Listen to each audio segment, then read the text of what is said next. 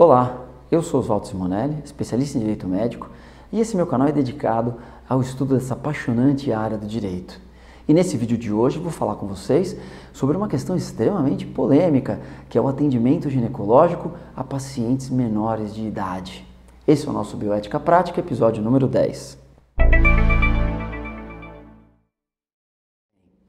Nesse episódio do nosso Bioética Prática, eu trouxe para vocês um parecer do Conselho Federal de Medicina, parecer número 55 de 2015, que trata justamente sobre a menoridade e a vida sexual relacionadas à autonomia do menor e o sigilo médico.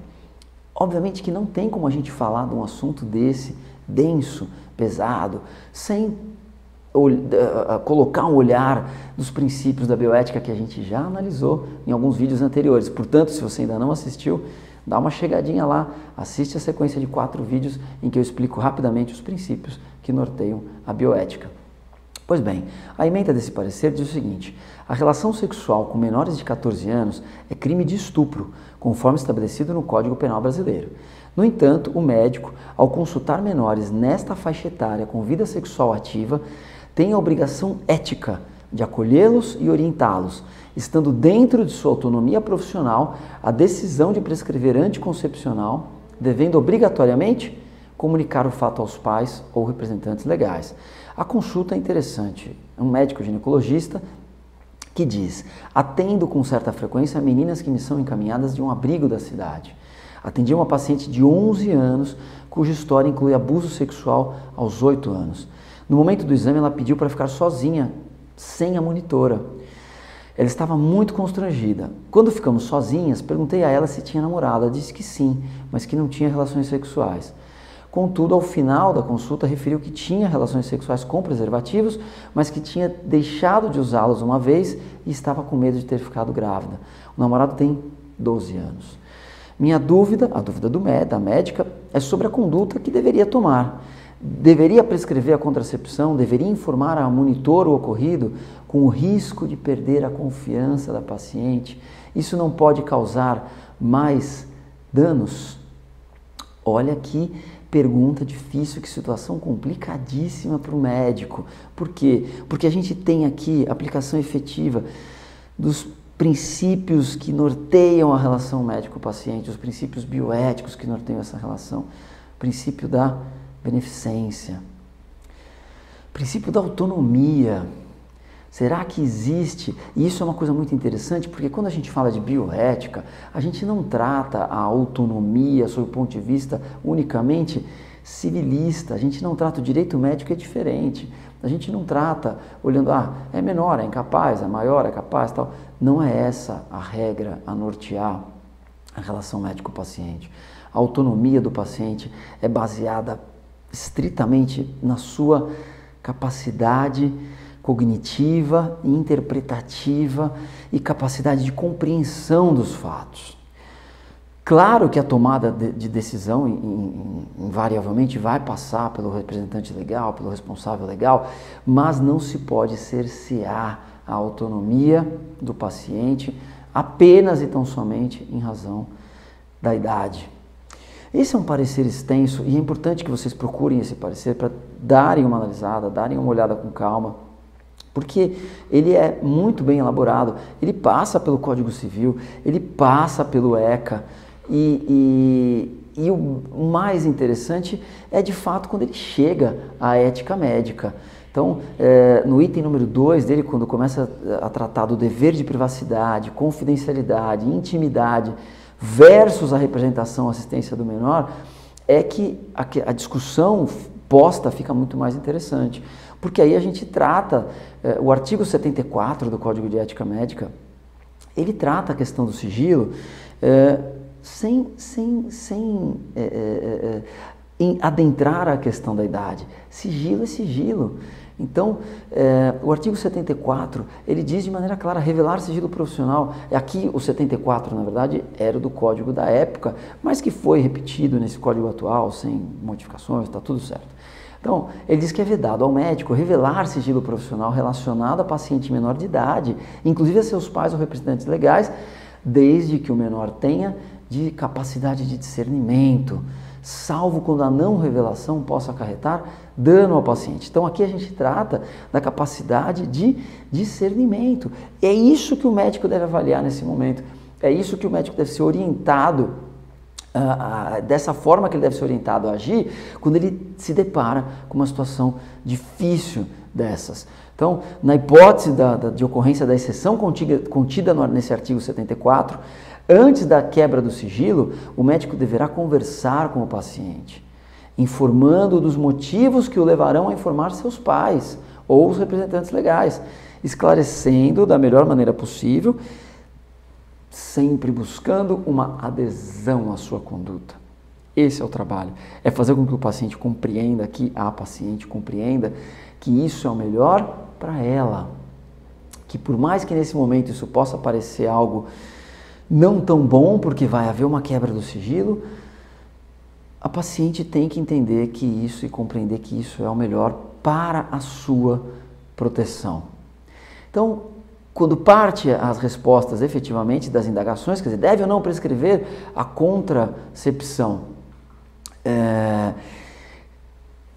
A pergunta normalmente que aqui ele coloca, a pergunta normalmente que se faz é: prescrever contraceptivo não seria uma forma de proteção? Né? Se a criança disser ao médico aos 11 anos que tem vida sexual ativa, pode prescrever o contraceptivo, tal, ele resguarda o sigilo médico e prescreve o contraceptivo. O parecer diz o seguinte: o médico tem a obrigação de buscar evitar esses casos. O médico não pode guardar sigilo em nome do sigilo, não pode guardar silêncio em nome do sigilo médico, desprotegendo a criança. A relação médico-paciente, sendo este uma criança, não tem o mesmo pressuposto da autonomia de agentes maiores e capazes. Lembre-se então, o que é avaliado é a capacidade de discernimento, de compreensão, ok? Então, aqui ele se coloca numa situação em que ele está, na verdade, diante de um estupro de uma menor de 14 anos. Então, resumidamente, qual é o raciocínio que o parecer estabelece? A criminalização do ato de manter relações sexuais com o menor de 14 anos tem em vista a proteção da dignidade do próprio menor de 14 anos. A criminalização não reduz nem suspende o direito à vida e à saúde do menor de 14 anos, que é vítima do delito previsto no artigo 217-A do Código Penal. Os direitos à orientação, privacidade e prescrição de contraceptivos decorrem e fazem parte de seu direito à saúde e à vida.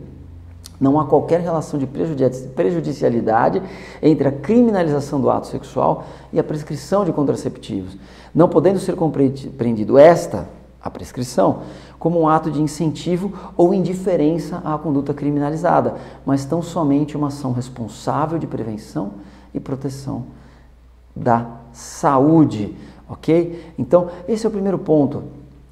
Tem que orientar, tem que acolher e tem que buscar uma proteção a essa criança que, obviamente, não tem a compreensão da dimensão do que é uma prática do ato sexual nessa idade. E o que isso pode acarretar e trazer ao desenvolvimento do seu próprio organismo, como, por exemplo, uma gravidez aos 11 anos, ou aqui nesse caso, ela diz que começaram os abusos aos 8 anos de idade. Também pergunta se deve informar a monitora, porque é uma criança que vem de um abrigo, né? Se isso não poderia acarretar mais danos, e a resposta é clara. A médica consulente tem sim obrigação de informar a monitora o fato de uma menina de 11 anos ter vida sexual ativa, pois o Código Penal brasileiro caracteriza como crime de estupro essa relação. Então, essas crianças necessitam de forma impostergável da assistência da monitoria, que nesse caso desempenha a função análoga à dos pais. Então, deve sim haver essa comunicação. E no final ele diz como proceder em relação à orientação sexual de menores com 14 anos completos e 18 anos incompletos. Aqui, na verdade, a gente já não tem mais a figura do crime do estupro presumido, né, que é aquele do menor de 14 anos é o chamado estupro presumido. Presume-se que não há um consentimento para a prática do ato sexual, justamente por isso, porque não há uma compreensão exata nessa idade com relação ao que pode acarretar em termos de modificação do organismo. Só para concluir, então, esse nosso estudo, e aí respondendo essa questão da faixa etária, o parecer conclui no sentido de que a quebra do sigilo médico-paciente, no caso de orientação sexual para adolescentes na faixa etária 14 anos completos, até 18 anos incompletos, desde que obedecidas as condições expostas na presente análise, quer dizer, tem que fazer toda uma análise de caráter cognitivo da criança, enfim, do adolescente, e verificar se de fato há o consentimento, se não há o consentimento, e aí o médico tem que ter essa sensibilidade, está vedada ao médico, pois fere a garantia e o direito à autonomia, à liberdade, à privacidade e à intimidade do menor, essenciais à confiança e ao desenvolvimento do seu ser, sua saúde e seu bem-estar. Ou seja, a preocupação do médico deve ser sempre fazer o bem ao paciente, princípio da beneficência. Esse vídeo ficou um pouquinho mais longo, mas é um assunto extremamente interessante e eu recomendo fortemente que vocês localizem esse parecer na internet, no site do Conselho Federal de Medicina, vocês podem localizar, para que leiam ipsis literis o que está escrito aqui. São 15 laudas de parecer que podem acrescentar demais nos estudos de vocês, tá bom? Espero que vocês tenham gostado. Mais um Bioética Prática, episódio número 10. Se inscreva no canal, ativa o sininho para receber as notificações quando um novo vídeo for disponibilizado. Muito obrigado, até o próximo.